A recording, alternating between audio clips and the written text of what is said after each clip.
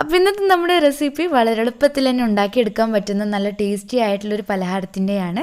അപ്പോൾ ഉണ്ടാക്കിയെടുക്കാനും നല്ല എളുപ്പമാണ്, നല്ല ടേസ്റ്റുമാണ്. അപ്പോൾ ഇതെങ്ങനെയാണ് ഉണ്ടാക്കിയെടുക്കുന്നത് നോക്കാം.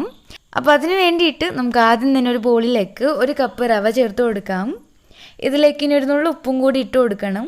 പിന്നെ ഒരു 1/4 ടീസ്പൂണ് ബേക്കിംഗ് സോഡയും കൂടെ ചേർത്തിട്ട് നന്നായിട്ട് തന്നെ ഒന്നങ്ങ് മിക്സ് ചെയ്തെടുക്കാം. ഇനി ഒരു മിക്സിയുടെ ജാർ എടുത്തിട്ട് അതിലേക്ക് ഒരു 1/2 കപ്പ് അളവിൽ പഞ്ചസാരയും കൂടെ ചേർത്ത് കൊടുക്കുകയാണ്. ഇതിലേക്ക് ഇനി ഒരു 2 ഏലക്കായും കൂടെ ചേർത്ത് കൊടുത്തിട്ട് ഒന്നങ്ങ് പൊടിച്ചെടുക്കണം. ഇപ്പോൾ ഞാനിത് പൊടിച്ചെടുത്തിട്ടുണ്ട്. ഇനി ഒരു മുട്ടയും കൂടെ പൊട്ടിച്ചൊഴിക്കുന്നുണ്ട്.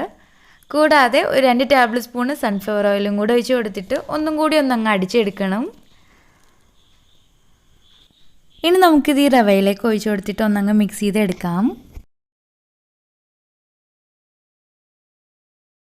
ഇനി ഞാനിതിലേക്ക് 1 കപ്പ് അളവിൽ പാലും കൂടെ ഒഴിച്ച് കൊടുക്കുന്നുണ്ട്. ഇനി ഇത് നന്നായിട്ട് തന്നെ ഒന്നങ്ങ് മിക്സ് ചെയ്തെടുക്കണം.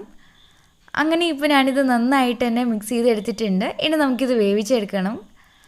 അപ്പോൾ ഇതുപോലത്തെ ഒരു പാനിൽ കുറച്ച് നെയ്യ് ഒന്ന് ബ്രഷ് ചെയ്ത് കൊടുക്കുന്നുണ്ട്. ഇനി നമ്മൾ റെഡിയാക്കി വെച്ചിട്ടുള്ള മാവ് ഇതിലേക്ക് ഒഴിച്ച് കൊടുക്കാം. പിന്നെ മാവ് ഒഴിച്ച് കൊടുക്കുമ്പോൾ ഹൈ ഫ്ലെയിമിൽ വെച്ചിട്ട് വേണം കേട്ടോ ഒഴിച്ച് കൊടുക്കാനായിട്ട്. ഇനി ഇത് അടച്ച് വെച്ചിട്ട് ചെറിയ തീയിൽ ഒരു 15-20 മിനിറ്റ് വരെ നമുക്കിതൊന്നങ്ങ് വേവിച്ചെടുക്കാം. പിന്നെ പാനിൻ്റെ താഴ്ഭാഗത്തായിട്ട് അടി പിടിക്കാതിരിക്കാൻ വേണ്ടിയിട്ട് ഞാൻ പഴയ ഒരു പാൻ വെച്ച് കൊടുത്തിട്ടുണ്ട്.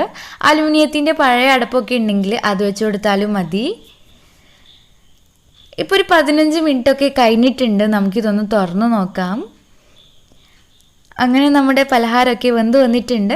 ഇനി വേറൊരു പാനിൽ കുറച്ച് നെയ്യ് ഒന്ന് ബ്രഷ് ചെയ്ത് കൊടുത്തതിന് ശേഷം ഒന്നങ്ങ് മറിച്ചിട്ട് കൊടുത്തിട്ട് ഒരു 2-3 മിനിറ്റ് വരെ ഒന്നങ്ങ് വേവിച്ചെടുക്കാം. അപ്പോൾ ഇത്രയേ ഉള്ളൂ. വളരെ സിമ്പിളായിട്ട് ഉണ്ടാക്കിയെടുക്കാൻ പറ്റുന്ന നല്ല ടേസ്റ്റി ആയിട്ടുള്ള ഒരു അടിപൊളി പോളയാണ്. ഉൾഭാഗമൊക്കെ നല്ല സോഫ്റ്റ് ആയിട്ട് അത്യാവശ്യം നന്നായിട്ട് തന്നെ പൊങ്ങിക്കിട്ടിയിട്ടുണ്ട്.